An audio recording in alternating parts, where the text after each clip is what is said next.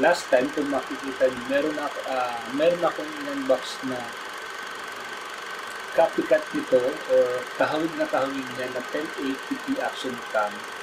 Pero imbes na 1080p siya ay 640p lang. So ito, hopefully, testing natin kung maganda yung kanyang result. Okay? Diyan lang tayo.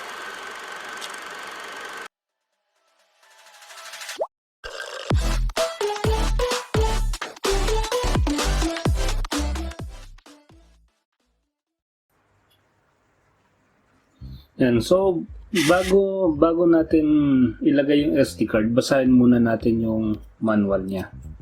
So, sabi, as per manual, yan, focus natin ng konti.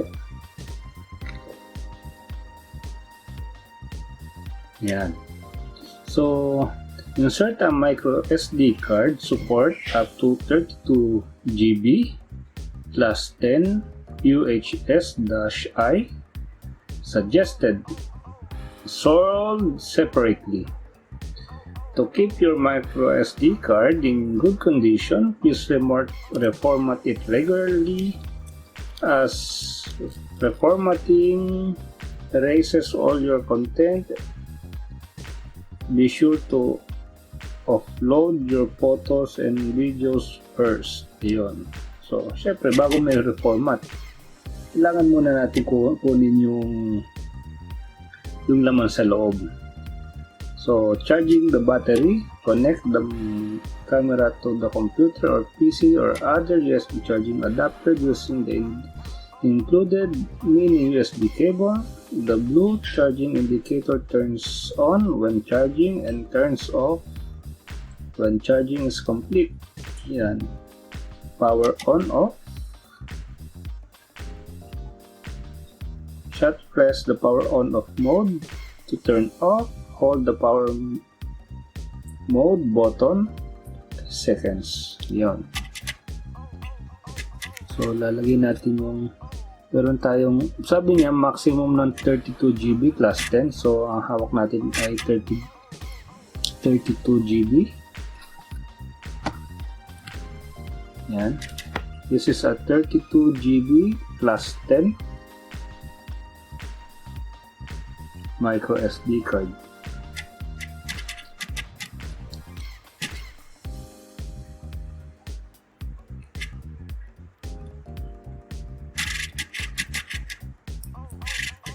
Yan, pumasok na.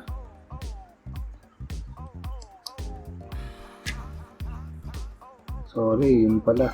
Ito.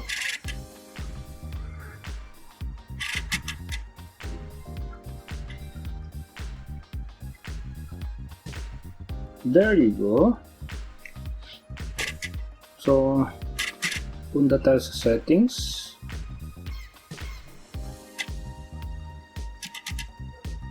Oh. Malino ah.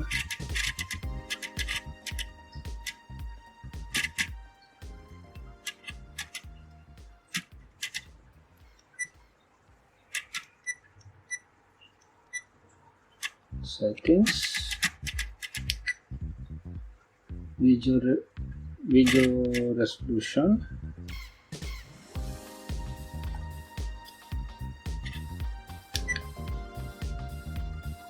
so kaya niya mag-record ng 1080p, 720p, 4K and 2.7K. Looping videos,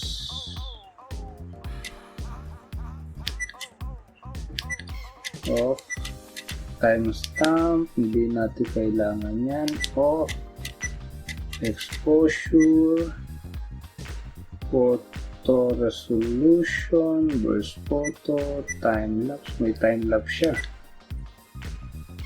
2, 3, 5 seconds, 10 seconds, 20 seconds, 30 seconds, 60 seconds. Continuous lapse, language, date, time, sound indicator, upside down, screensaver, power saver, format, reset, version. So check natin version. So this is a DI i30 Plus TI /UN 1800309 version 5. Okay. Exit natin. So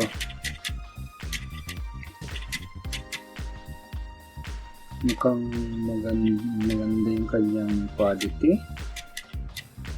So right now nasa setup siya ng 1080p. So subukan natin mag-record. Let's go.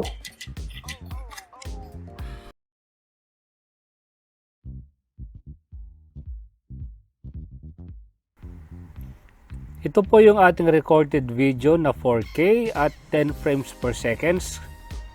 Kung mapapansin nyo, medyo nag-slow motion yung ating video.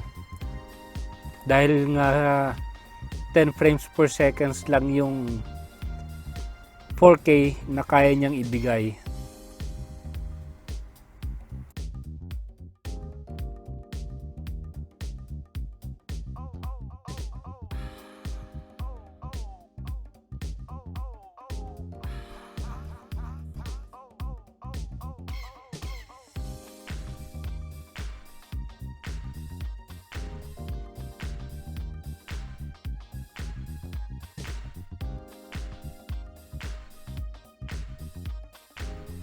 Ito naman ang kanyang 2.7K at 20 frames per seconds.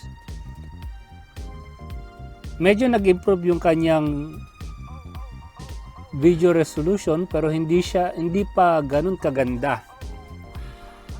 Kasi ang standard nga natin is 30 frames per seconds.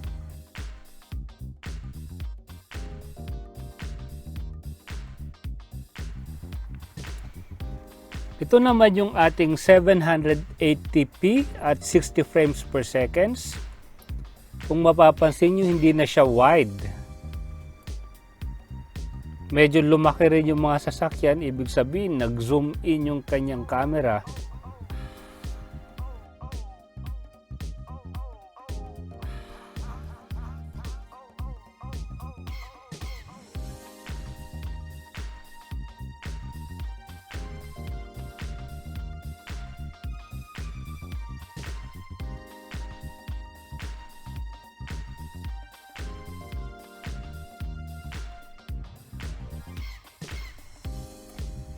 Ito naman po yung ating 1080p at 30 frames per seconds. Taken at the same spot.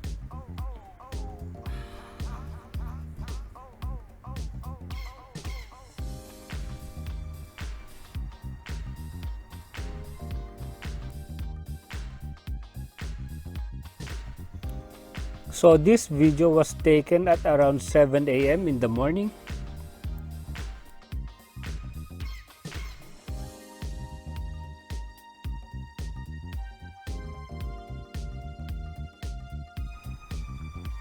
And this is the 1080p at 30 frames per seconds, taken at night time.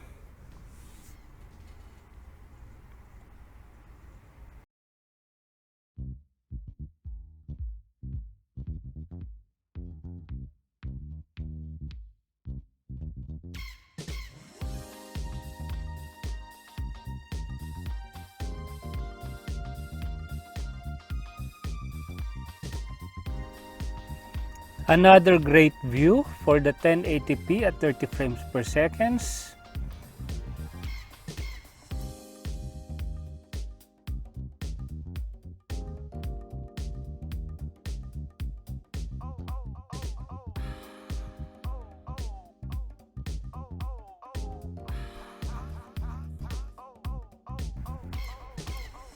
Para sa akin hindi ganun kaganda yung video pero malinis siyang tingnan.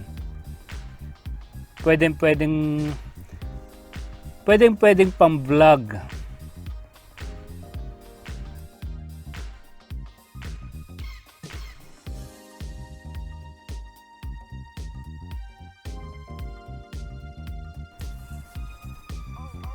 Another view taken.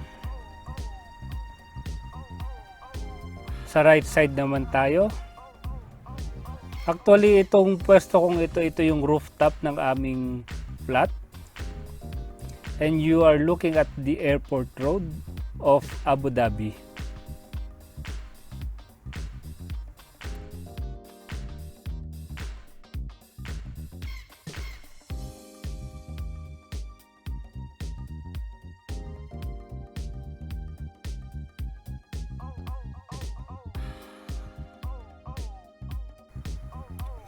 So in this video, kalalabas ko lang galing work at pabalik na ako sa bahay.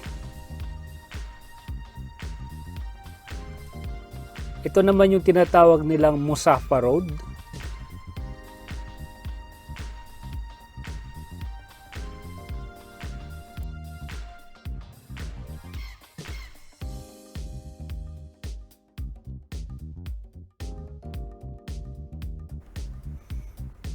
Pagpasensyahan nyo na kung medyo magalaw, gawa ng hawak-hawak ko yung camera at medyo matagtag yung kalsadang dinadaanan namin.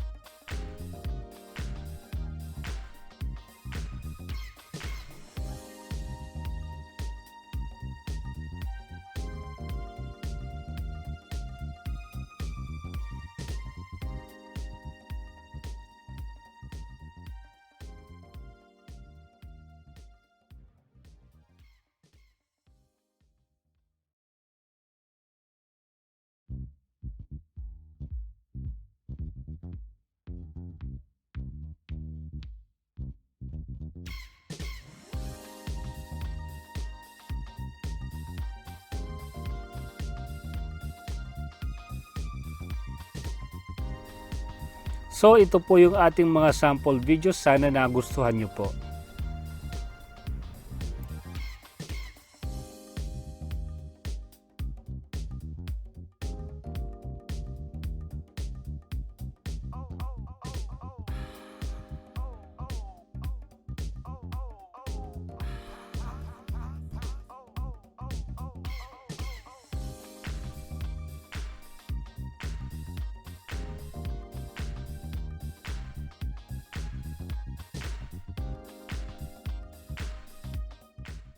So currently, gamit natin yung ating DI i30 Plus. Ito yung kanyang video recording via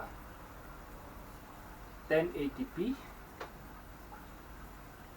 At malaki yung kanyang viewing angle. Imbes na part lang ng chair, halos buong area ng sala nasasakop niya. And hopefully maganda yung audio na naririnig nyo. So this audio is also recorded sa DI i30 Plus. Yeah. So what is my final thoughts in DI i30 Plus? Affordable siya for me kasi nakuha ko siya ng sale yung nakaraang linggo. Halos 50% lang yung binayaran ko sa original price niya. So yung video quality niya, pangit yung 4K output niya. Parang lumalabas kasi i-zoom in lang niya yung kanyang original video. Kaya nakikita nyo nagkaroon ng slow motion, para bumabagal yung galaw ng video. Pero yung 1080p is good enough for me. I guess yung 1080p is okay na. Okay? That's it. Thank you for watching. Have a nice day. Bye!